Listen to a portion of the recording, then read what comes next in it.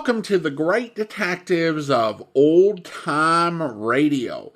From Boise, Idaho, this is your host, Adam Graham. If you have a comment, email it to me, box13@greatdetectives.net. Follow us on Twitter at Radio Detectives, and check us out on Instagram, instagram.com/greatdetectives. If you are enjoying this podcast, please follow us using your favorite podcast software. And speaking of that, I want to take a moment to speak to the around 2% of my audience who listens to the podcast through Stitcher. I need to let you know that the Stitcher podcast app is going away on August 29th. So you'll need to find a new app to listen to podcasts with. And I'm sorry about that. Obviously, I have nothing to do with the decision, but I do want to let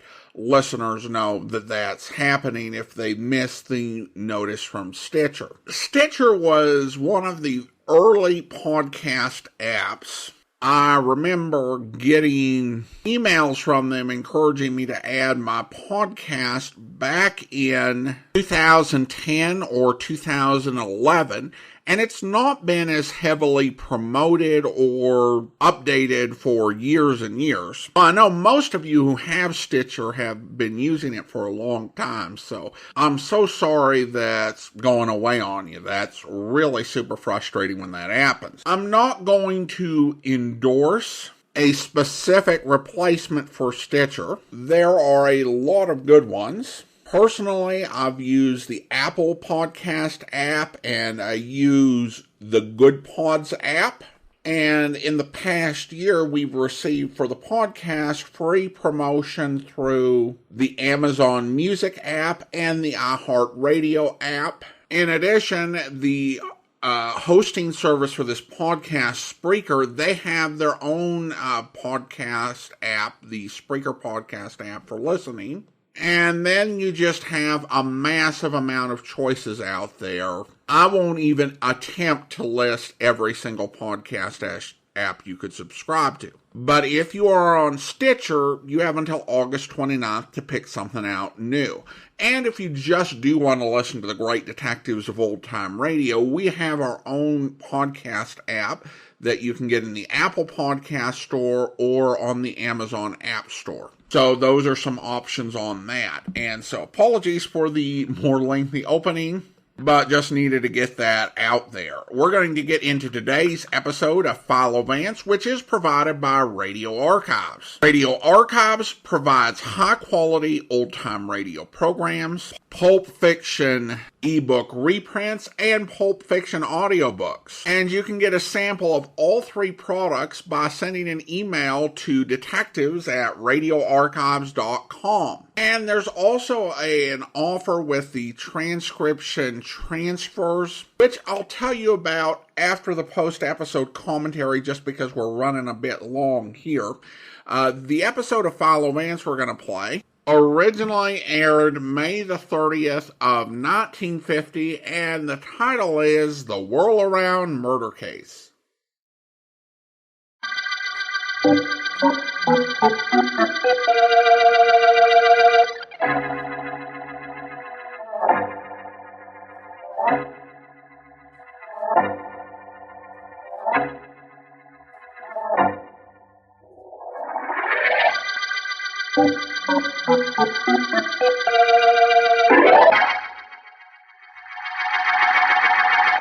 I'm going to do it. No. I'm going to kill him, and there's nothing you can do to stop me. Betty, please. There isn't much you and I can do in this world, Letty, for obvious reasons. Well? But one thing I know I can do, and that's kill Whitey Rand. He's no good. He's hurting the sweetest girl in this carnival. I'm not going to let him get away with it. Don't talk about killing like that. Why not? What am I supposed to do? Let Sally be hurt? Oh, no. She's old enough to know what she's doing. No girl is old enough to know what she's doing when a man like Whitey Rand is around. You've seen him operate. You've seen him swindle the suckers in that penny-pitching concession he has. Did you ever see anything so smooth? It still is no reason for you to get into a murder mess, Betty. No? What could happen to me if I killed him? Well, I don't know. Of course you don't know. Don't you realize I'm one of the only persons in the world who can commit murder and not be punished? That's no reason for No you. reason. It's all the more reason. I can kill Whitey Rand. I can be caught killing him. I can confess that I killed him. I can tell the police that I planned the crime in advance. Still, they can do nothing to me. Because of me. That's right. Because of you. You would be innocent. Yes, And they can't very well do anything to me without affecting you. that's right. Sister dear, I think this is the first time that being Siamese twins, having been born joined together, is going to do either of us any good.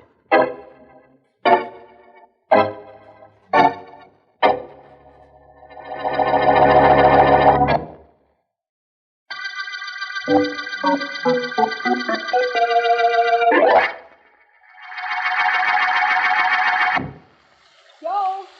Joe, you finished shaving? Just about, honey. Breakfast ready? It will be when you are. Hey, did you hear the radio? I can't hear anything with this water running. Wait a minute. Huh? What happened? There was a murder over at the carnival at the end of town. A fellow named Whitey Rand was killed. Oh, is that all? Yeah, except that it's one of those mystery murders. Yeah? After the crowd had left, the fellow was found dead with a broken neck right on the midway. It's too bad. What's for breakfast? Don't you care about the murder? Sure, Molly, but I also care about my job. I gotta be breaking up a road in an hour, and I'd like to eat first. Isn't that reasonable? Oh, sure. Hey, you've got a little soap on your left ear. Oh, Wipe it off and come on in. Murder isn't your business. that's right. Uh-huh. Look, how's that soap on my ear? All off?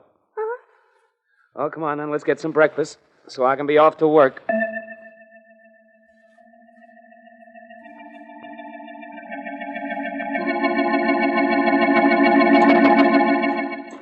Hey, Joe. Joe! Ah! Talk up, Mike. You got a little competition from those pneumatic drills. Right. Hey, where'd you eat lunch, Joe?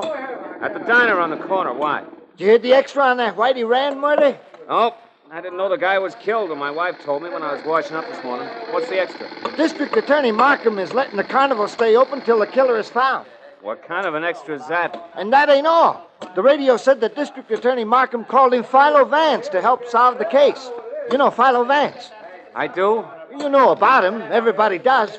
He's a private investigator, and when it comes to solving murder cases, he's a genius. Well, that's fine. Only I got a steak waiting at home for me when I get through working. Molly cooked it. And, brother, when Molly cooks a steak, you can have your Philo Vance. She's a real genius.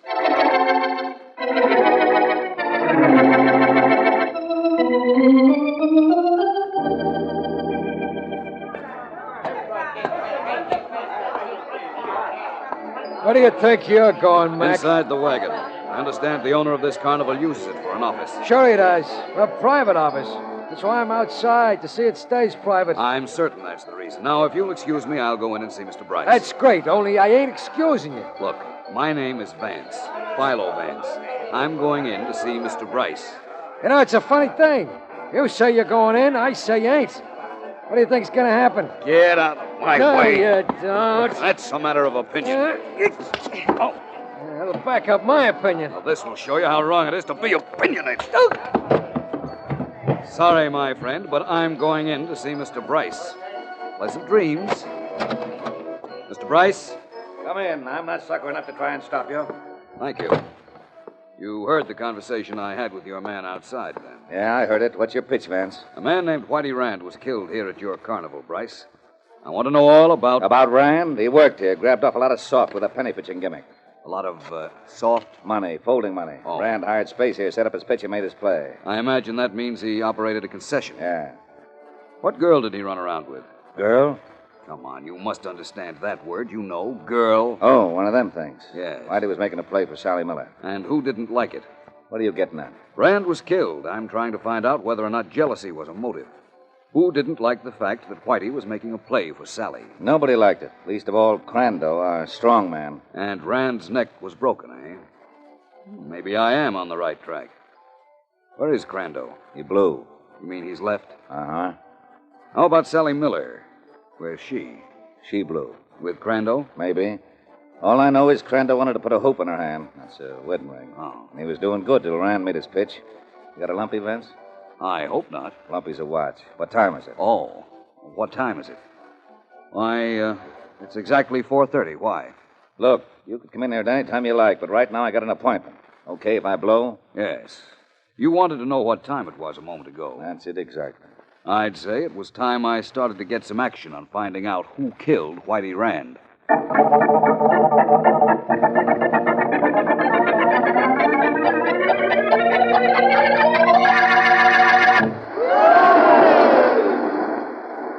All right, step right up, ladies and gentlemen. Step right up for a ride on the Whirlaround. Thrills, chills, but no spills. Ride the ride that takes your breath away. Only 15 cents. Step up to the cashier and get your ticket. 5 minutes of the biggest thrill you ever had in your life. Ride the Whirlaround. Whirlaround. Pretty. Yes, sir, Mr. Bryce. Yes, sir. What's the matter? Something wrong with the pitch I'm making? Suckers are buying tickets. Nothing wrong, Freddie. Only why aren't you operating the mechanism? I'll let Johnny do it. He's been begging for a chance. Get back there and let Johnny make this pitch. If that mechanism goes bad, we'll have $1 million in lawsuits. Don't you think things are tough enough around here with Whitey Rand being murdered? Well, Johnny's pretty good at running, Mr. Bryce. Look, Freddie, only 2 guys can really operate the Whirlaround. You and me. I know, but... Now get back there. I got trouble enough already, and I don't want any more. All And right. if I do get any more trouble, I don't want it should come from you.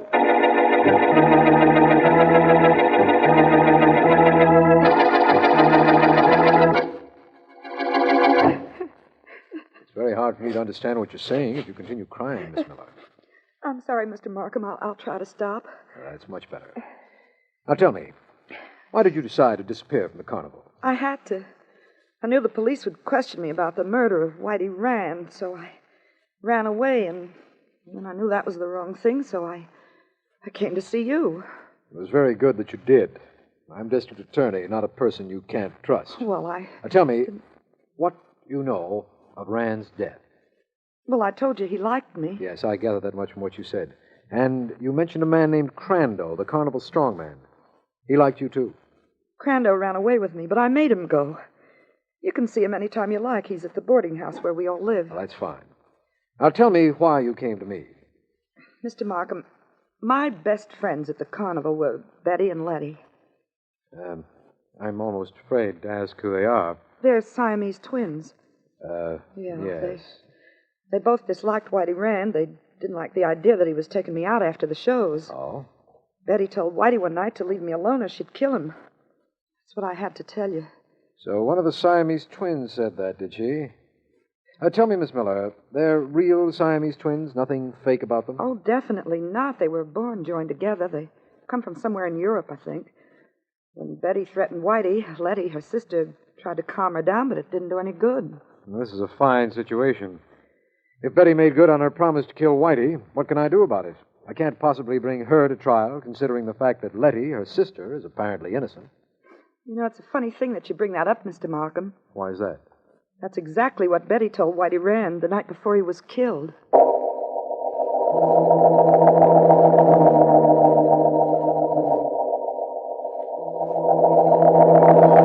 Yes, Markham, I understand about the Siamese twins.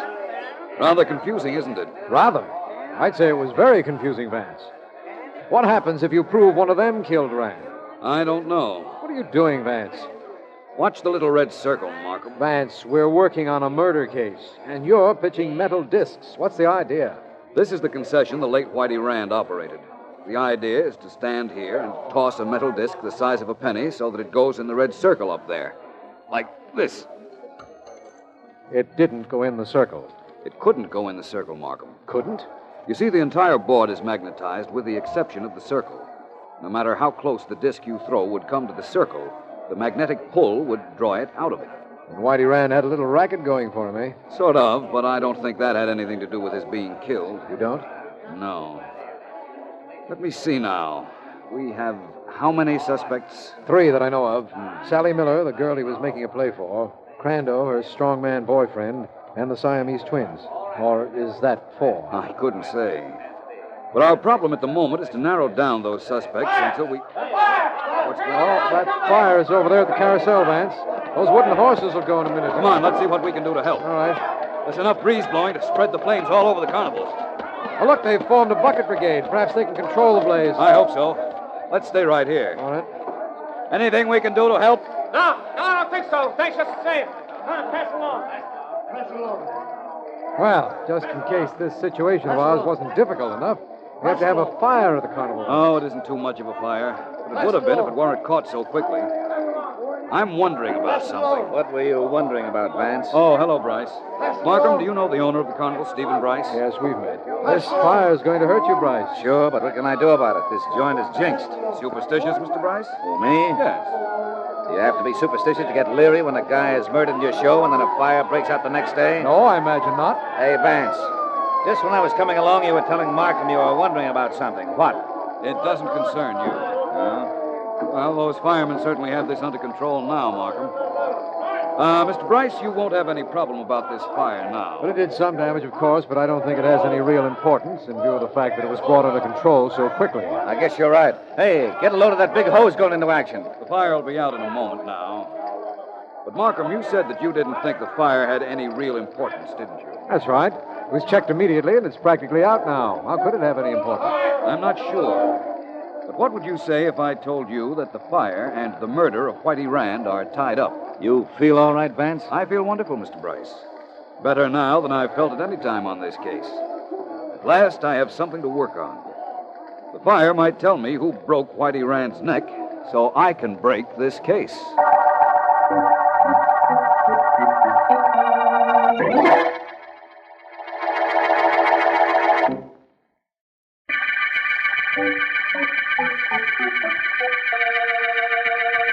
This is District Attorney Markham. The murder case we're working on concerns the death of Whitey Rand, found with his neck broken at Stephen Bryce's outdoor carnival.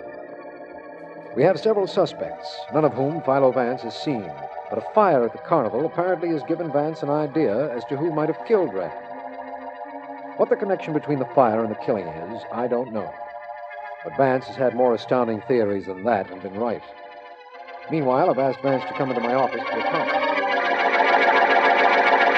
It's quite a problem, you know, Vance. People's necks don't break very easily. I know, Markham, and it was very apparent that Whitey Rand wasn't hit with any kind of an instrument. The medical examiner says there were no marks that would indicate he was slugged. Which gives us a double problem, of course. How was Rand killed, and who killed him? One thing about us, Vance, we don't often get simple things to decipher. For which I am duly thankful. Murder intrigues you, doesn't it? Not exactly. It's like this, Markham. Somebody believes he can figure out a plan which nobody else can trace back. I like to find ways to trace a murder back, of which the most important, of course, is a clue. Which we don't have at the moment. But which we will have, even if I have to manufacture one. That's a new business you're in, clue manufacturing. How do you do that? Well, you take a motivation, Markham, Yes. and you enlarge on it until you're reasonably certain you're right.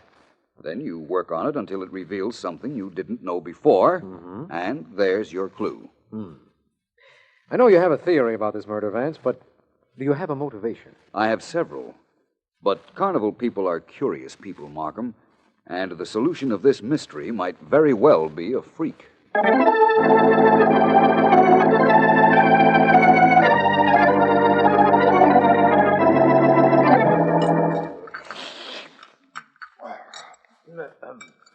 What's happening to all of us? Nobody is talking to anybody else. Look, everybody, this is a dinner table, not a morgue. We're worried, Betty. If they close the carnival permanently, we have no jobs. So what, Letty? Look at Jolly Irene. Yeah, she weighs 475 pounds. So if she doesn't eat for a while, it'll do her good. And her husband, Slim, he never eats anyhow. And how about Ajax? Me? Yeah, you're a fire eater. You can always bum a match and have dinner. What is it, Ajax? Soup too hot, burned my tongue. Well, now that's better. Now we are acting more like ourselves. What have we got to worry about anyhow? We can get jobs. Letty and I can get a job. Everybody hires Siamese twins. Every carnival need fire eater. Sure.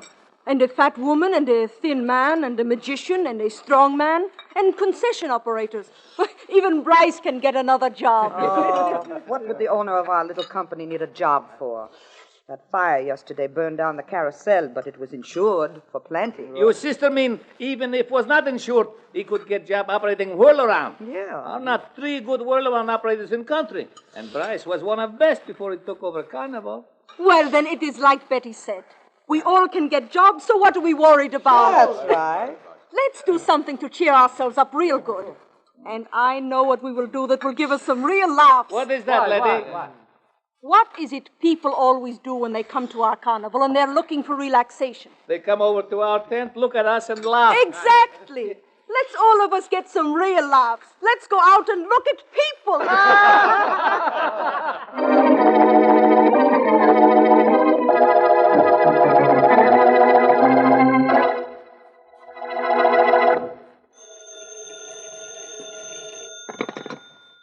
District Attorney Markham speaking. Markham, this is Vance. I'm down at the carnival grounds. If you are, you're awfully lonesome. There's nobody on the grounds, is there, Vance? No, but things are beginning to add up to me. I know the fire started your mental addiction, Vance. What's happened since? Well, it is possible that I can tell you how Whitey Rand's neck was broken. We have several theories. Such as?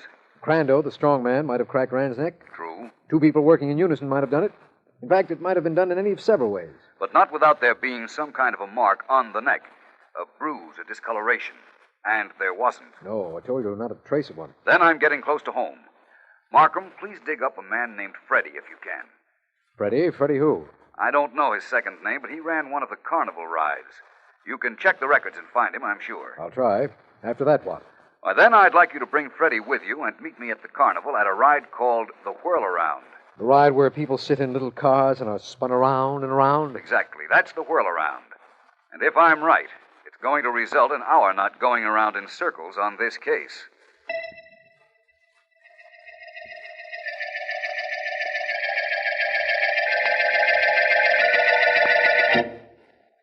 You pull this lever here, Mr. Markham. That starts the cars going round. Go ahead, pull it back. Well, Vance is in one of the cars. I want to see if he's ready first. Just a second, Freddie. Vance. Start it up, Markham. Here we go.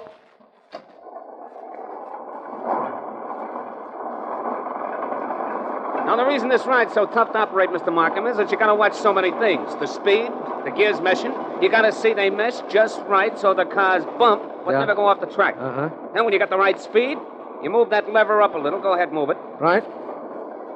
There we are. Now keep watching them gears every second. You watch it. Oh, Vance. Markham, this is really fun. He'll be around again in a second so I can talk to him. Fine way to hold the conversation. Vance, have you found out anything? Yes, Markham, I'm sure I have. Does he want me to stop the machine, then? I'll ask him. Here he comes. Vance, do we stop this thing now? Of course not. I'm having fun. I'm not. Let's stop this thing, Freddie. Right. Just reverse the handle on that lever.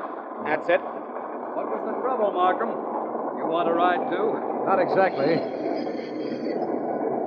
Come on, Vance. I'll help you out of that car. I'm quite all right, my friend.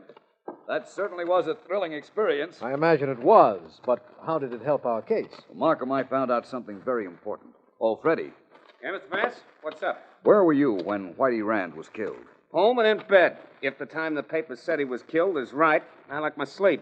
You can prove that. Why not? He can prove it, Vance. All right, we'll give him a chance to. But, Freddie, this Whirlaround is a difficult ride to operate. Who else could do it? Nobody else. Are you sure? I was teaching a young punk, but he wasn't very good at it.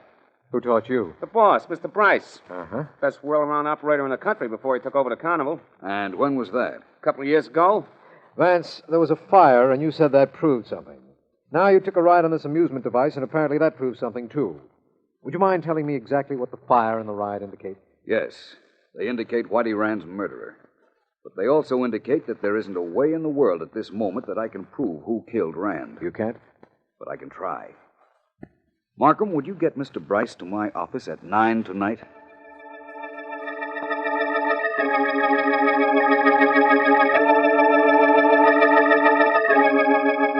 No, Crandall. My sister would do it. She would be glad to do anything that would help you and Sally, but I won't let her. You must do it. Must say you killed Whitey Rand. I'll say it. Sure, I'll say it. They can't do anything to me.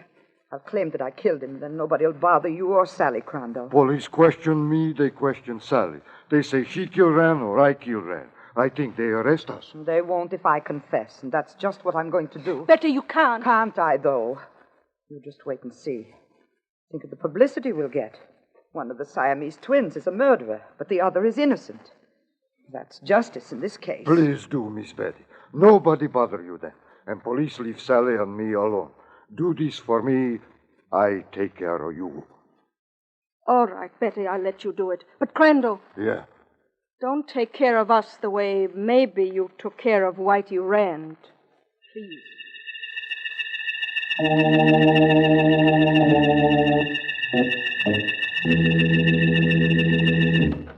Vance.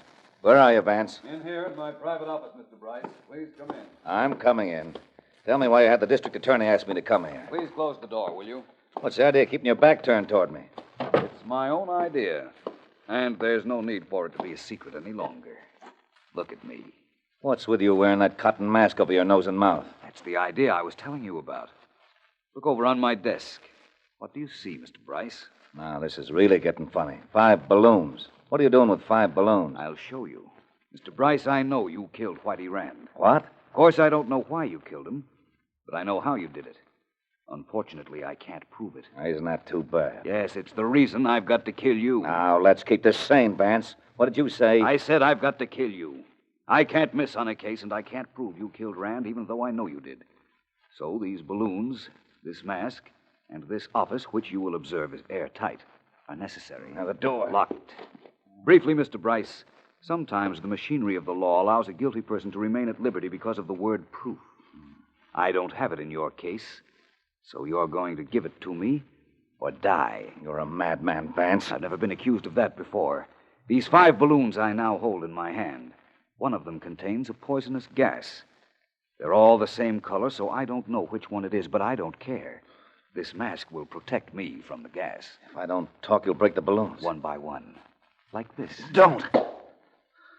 Apparently, that was one that didn't contain the gas. 4 more. And with each one, your hope of living gets slimmer. Want to confess, Mr. Bryce? No, I don't. I never will. I won't. Not the gas balloon. 3 more, Mr. Bryce. You still have a chance if you confess. What makes you so sure I did it? I didn't. I didn't kill Whitey Rand. 2 more. I can't admit anything I didn't do. Apparently, I left the gas balloon for last. Well, Bryce? You go jump in the lake. The whole thing was a trick. There was no gas in... Let me out of here. The door's locked. Let me out. I'm dying. Open this door. Certainly. Why did you kill Whitey Rand? What was the motive? I'll tell you everything. Everything. I killed Rand because he knew I had swindled the former owner out of the carnival and he was blackmailing me. Now, open this door. Keep talking, Bryce. And after you tell me all I want to know, I'll tell Markham how I knew it was you who killed Rand.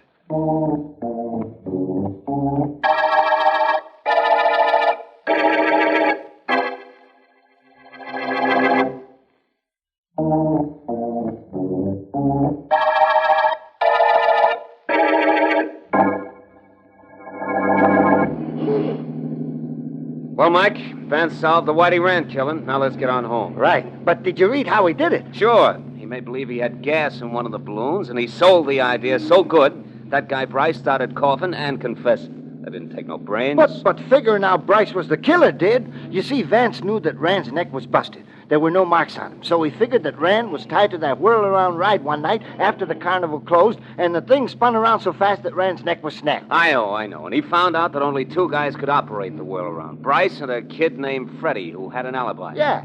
The paper said something about Vance getting the idea that Bryce was guilty from the fire at the carnival. That's right. Vance figured the fire was supposed to wipe out the carnival. Bryce would collect insurance and get out of the country, and nobody'd bother him from then on. Yeah. Hey, better stop for this light. Oh. You know, that balloon idea of Vance's was pretty smart. Oh, wasn't anything. Who'd be scared just because a balloon broke? Hey! Who'd be scared? You'd be scared. That kid just broke a balloon over there, and it almost had you jumping out of your skin. I know. Oh, well, that's the end of the balloon. Yep. The end of the balloon, and the end of the Whirlaround murder case.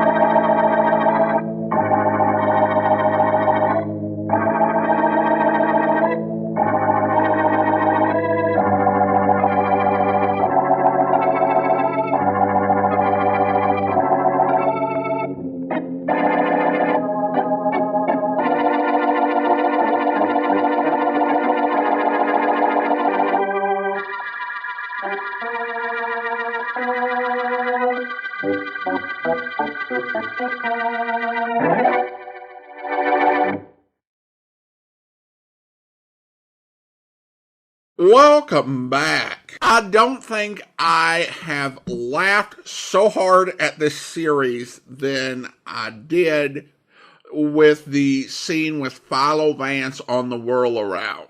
And being like, don't stop, I'm having fun, was funny. I think it was funnier because there was very little effort put into making you believe that Vance was riding an amusement park ride. Like, I'd be expecting him to be going, ah, that sort of thing. Or maybe Vance is too dignified for that. And so even to the most extreme thrills, he's like, I am having fun. Now, in my mind, I imagine that what they're talking about with the Whirlaround is a lot like a modern-day tilt-a-whirl.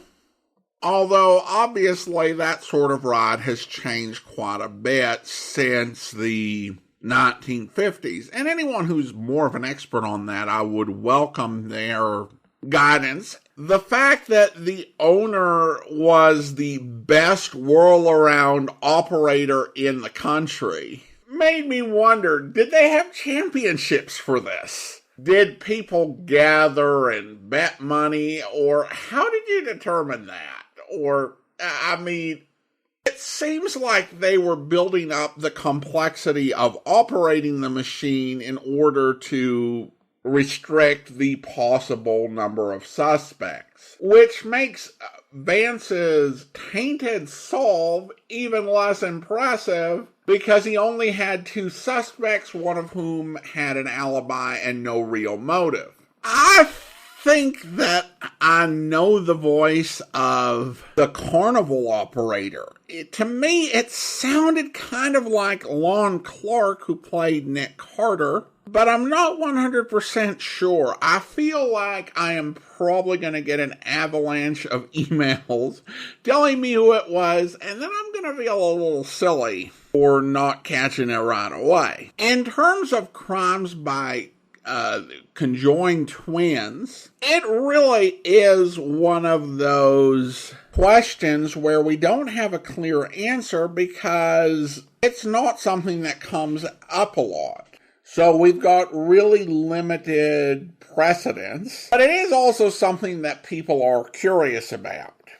When I was doing research on this, I found that back in 2009, I believe, there was an online Answer Man sort of column, and they let folks vote on what was the issue or the question that they didn't address that should be addressed.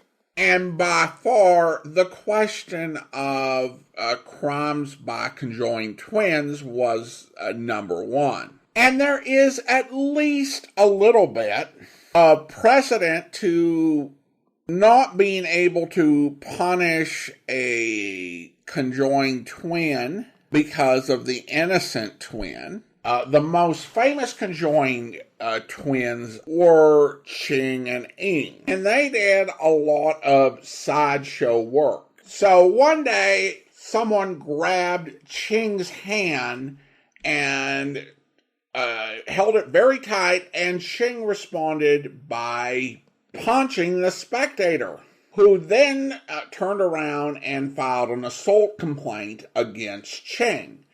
But the court held that because Ing would have to go to prison, Ching could not be held to account for the crime. Of course, there are a lot of variables, such as cases where a conjoined twin could be considered to be an accessory to the crime committed by the other twin. But these are pretty far out ideas that have not really played out in real life. So the answer until that happens will be we just don't know.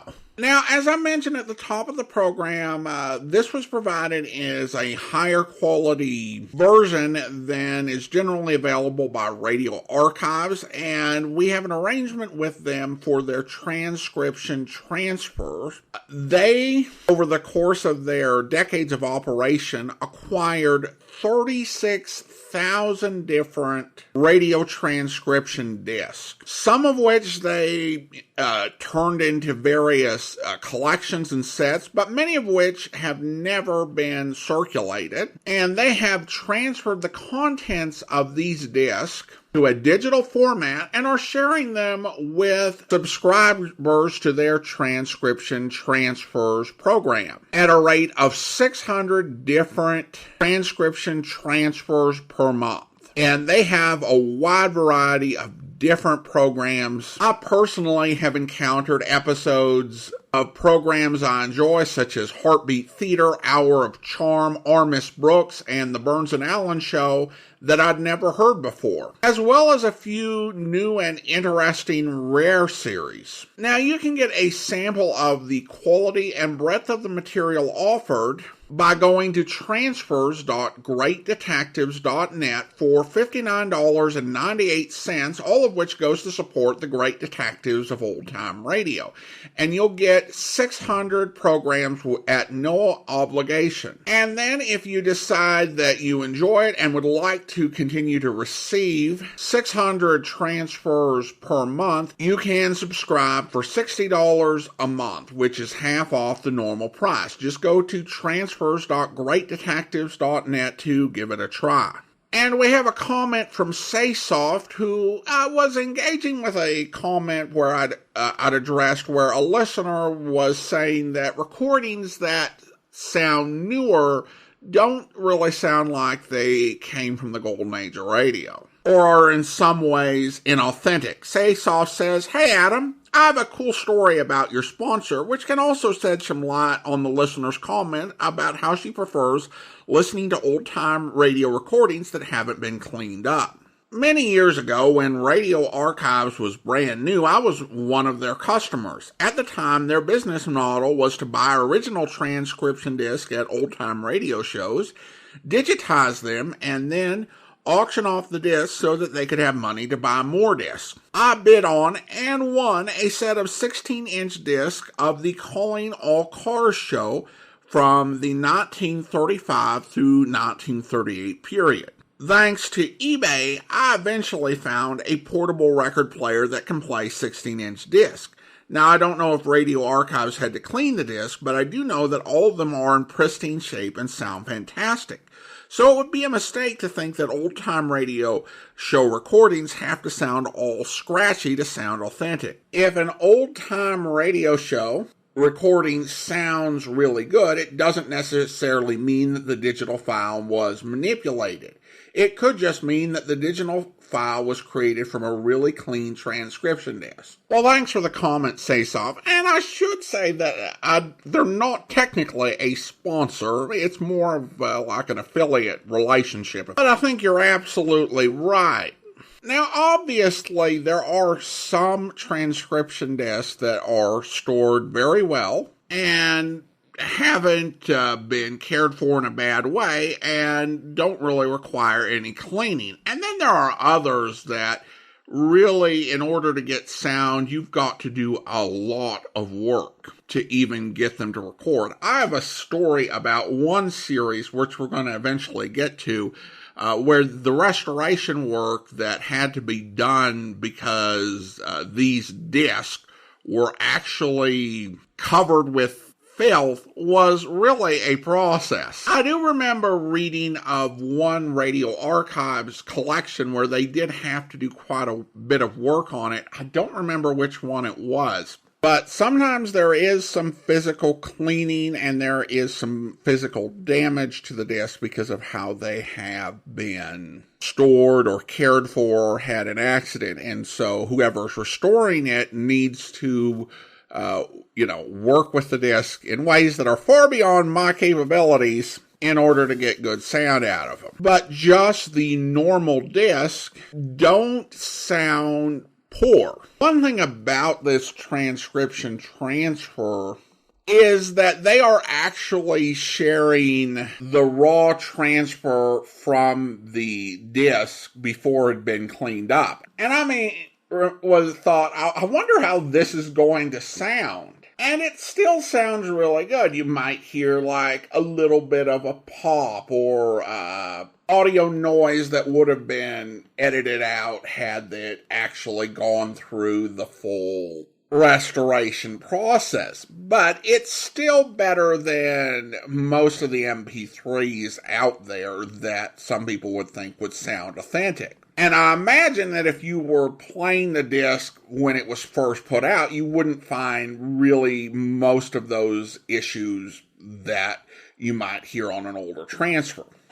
And I think that some of the things that are flaws that we associate with being real radio are things that, people experience because of equipment, or because they were far away from the station. And I mean, I don't think that if you were, say, back in 1950 and you were talking to your friend and said, I listened to Philo Vance and it sounded all scratchy and the audio was all distorted. And your friend said, well, it sounded fine to me. Of course, I live half a block from the radio station and I have this really great Philco console. Nobody would say you hadn't had an authentic listening experience. I'm glad you were able to get the disc Say-Soft. I do remember seeing them on the website a long time back. I thought about getting them, and I've thought about buying transcription discs off of eBay, even though I have no intention of playing them just to have them as a cool thing to have.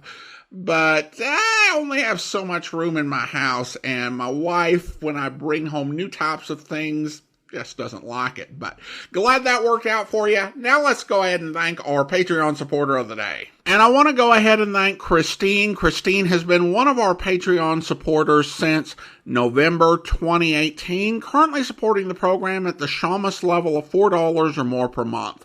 Thank you so much for your support, Christine. And that will do it for today. If you are enjoying this podcast, please follow us using your favorite podcast software. And please be sure to rate and review the podcast wherever you download us from. Philo Vance will be taking a week off, perhaps spending a week at the carnival just riding the Whirlaround.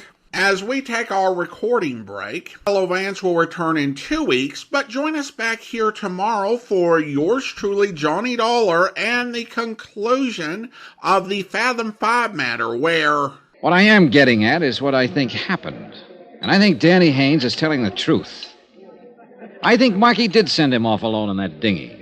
Then Marky fired the boat, opened the seacocks, and while she filled up and sank, he swam ashore in the fog. And he's waiting it out somewhere now until his widow collects the insurance. Well, I don't see where you've got any more evidence than I have. Well, there's not much, I'll grant you. Not so far. But what there is adds up. I guess I'm just stupid, Dollar. All right, look. Take Mrs. Markey's attitude, for instance. She's trying hard to play the role, but it doesn't come off. Now, does she act to you like a 4-day widow? Well, she's got a lot of self-control. Oh, I'll say she has. I tried to goad her yesterday when I talked to her, came right out and practically insulted her. And how did she react? Never took her eyes off that main chance, the $75,000. Well, you know, it's not exactly unheard of for a widow not to mind too much being a widow. Oh, no, that's not the impression she gives. She's tense enough, nervous as a cat. But it's not because of grief or any feeling of relief either. It's because she's afraid she might say the wrong thing and let her foot slip. Well, everybody's got a right to their own opinion. Another thing is that Marky's body hasn't turned up. Now, I talked to the harbor master this morning. He knows the currents along this coast backwards and forwards. He says it's the only one chance in 100 that Marky's body would have been carried out through the reef instead of thrown up on the beach about where you found that shoe. So this is the one time in 100. That was a mighty fine lunch, Mr. Dollar. We're going to fight you, Mr. Wilson, if you petition the court to declare Marky legally dead. Yes, I sort of figured you would. Hensley and Davis phoned me this morning and said you'd retained them as counsel. That's right. Well, I've been fought before. I hope you'll be with us then. In the meantime, do send your comments to box13@greatdetectives.net. Follow us on Twitter at Radio Detectives and check us out on Instagram, instagram.com/greatdetectives. From Boise, Idaho, this is your host, Adam Graham, signing off.